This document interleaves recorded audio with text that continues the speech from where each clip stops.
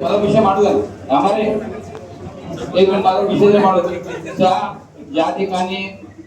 हा जो रस्ता एक तर मी म्हणतो आदिवासीचा रस्ता चोरी केला त्या चोरावर गुन्हा दाखल हा रस्ता पाटीलपाडा बेलगरपाड्या 3 आदिवासी गावासाठी बनणार होता हा रस्ता इथं चोरी झाला मी मोर्चे आणला होता महापालिकेमध्ये ज्यावेळेला मी सुगत नगरसेवक होतो रस्ता चोरावर गुन्हा दाखल केला रस्ता ते आणि आंबे साहेबांनी विचारलं गुन्हा दाखल करणार की नाही करणार कारण त्यावेळेला आदिवासी त्यातल्या बायका म्हणजे पुरुष महिला सगळे घेऊन आले होते ज्या ठिकाणी पाटीलपाडा आणि बेलगरपाडा वाड्याच्या पाड्यामध्ये 10 घर आणि तो रस्ता चायनामधून आपल्या स्वतःच्या प्रॉपर्टीसाठी नेला गेला आणि जो जुना ब्रिज आहे त्याला खांबेसरमध्ये आपले पालिकेचे लोक तोडायला गेले होते सेक्शन रिपोर्ट आलाय का तिथे मला खुलासा करावा या मात्र मॅडम माझा विषय समजून घ्या ऐकून घ्या म्हणजे प्रशासनाने दोघांनी समजून घ्या वाड्याचा पाडा फक्त त्यातले 10 घर आहेत त्यासाठी शासनाचा महाराष्ट्रातून आणला निधी आणि स्वतः शेतावर गेला हा रस्ता गावाला गेला नाही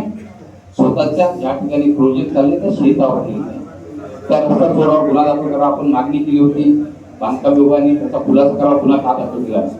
दुसरं त्या प्रॉपर्टीमध्ये एवढी झाडं कापलेत ना मॅडम म्हणजे मीराबंदर आयुक्त महोदय मी आपल्या निर्देशना आणू शकते इच्छुको फॉर्मनी गुन्हा दाखल केला अनोखी व्यक्तीवरती म्हणजे एखाद्या व्यक्तीला वाचवायचं एक छोटंसं कोणी जर झाड कापला तर महापालिका जाऊन त्याला सगळे गुन्हे दाखल करते छोटे मोठे काय जर असेल तर महापालिका आपण एमआयडीने दाखल करतो त्या परिसरामध्ये अनेक झाडं कापली गेली विदाउट म्हणजे उत्खनन केलं गेलंय त्या ठिकाणचे आदिवासी बांधवासाठी पैसे मंजूर करून घेतले आणि रस्ता आपल्या प्रोजेक्ट वरती नेला त्याच्यावर गुन्हा दाखल नाही तिसरा हा जो ब्रिज आहे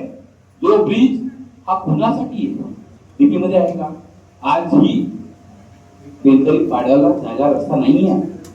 2-3 पिढी झाले त्या आदिवासी बांधवाची एक पिढी नाही गेली त्यांचे आजोबा त्यांचे पंजोबा त्यांचे इतर म्हणजे 2-3 पिढीपासून अनेक वर्षापासून सरभर पाडा आहे रस्ता आहे का आम्ही साहेब तुम्ही शहर अभियंता आहात असे अनेक पाडे आहेत जो रस्त्यापासून वंचित आहे गावापासून वंचित आहे हे पैसे कुणासाठी खर्च करतोय आपण का करतोय आणि एखाद्याला वाचवायचं तर किती पण वाचवायचं का मती नाही लागली आणि मती नाही लागली का ज्या आदिवासी बांधवाचे शेताचे म्हणजे गावाचे रस्ते बदलून घेतात एवढी हिंमत आणि प्रशासन डोळे बंद करून बघताय का पण म्हणजे आदिवासी काही किंमत नाही या शहरामध्ये राहणाऱ्या पिढीपासून जे आदिवासी बांधव आहेत त्याची एक किंमत नाही त्यांच्या भावनाची घेतो आपण कुणासाठी गेले सांगायला मला जो रस्ता कुणासाठी किती वेळ तिथे ते वाड्याच्या परिस्थिती आले होते आपल्याकडे अनेक लेखी अर्ज आहेत आपल्याकडे पण त्या ठिकाणी ना झाडाचा आपण बुडावा केला ना तो आता चाललंय त्याला थांबून घालतोय आपण त्या ठिकाणी आणखी काय की दुसरे काय प्रोजेक्ट काढले त्या नदीच्या किनारे मॅडम महापौर मॅडम आपण इथं महापौर होतात ज्योत्ना मॅडम त्या नदीच्या जागा कुठे जे आपण गुजरातचं ते सौंदर्यीकरण पॅटर्न तिथून चायना खादीपाड्यात घेऊन आला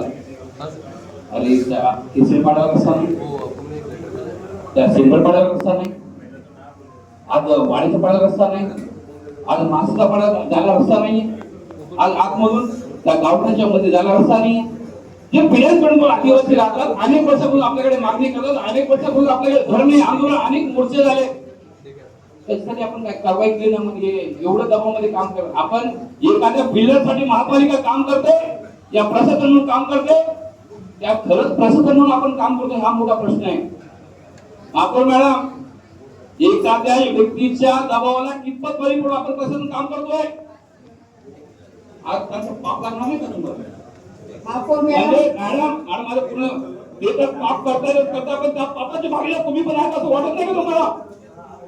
अरे जे आदिवासी तुमच्या भागात तुमच्या दरवाजात आले असतील आणि उपोषण केले असतील आणि आंदोलन केले असतील मॅडम कुणाच तुम्हाला त्याचं ऐकत नसेल आणि एकाच पाचच्या मतदारांसाठी आणि दादागिरीसाठी आणि सगळे फालतूची कामं चालू असेल तर मॅडम महापालिका